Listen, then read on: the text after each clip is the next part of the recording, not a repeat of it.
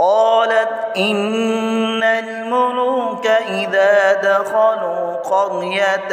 أفسدوها وجعلوا أعزة أهلها أذلة وكذلك يفعلون وإني مرسلة إليهم بهدية فناظرة بما يرجع المرسلون فلما جاء سليمان قال أتمدونني بمال فما